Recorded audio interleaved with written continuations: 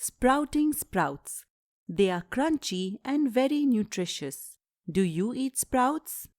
You might have done a simple germination experiment in school. You can observe a seed germinate, that is sprout, when you keep it in a slightly moist environment. Making sprouts is very easy.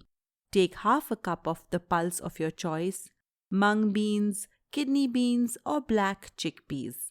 Soak them overnight in water. Now rinse the beans well and place them in a container.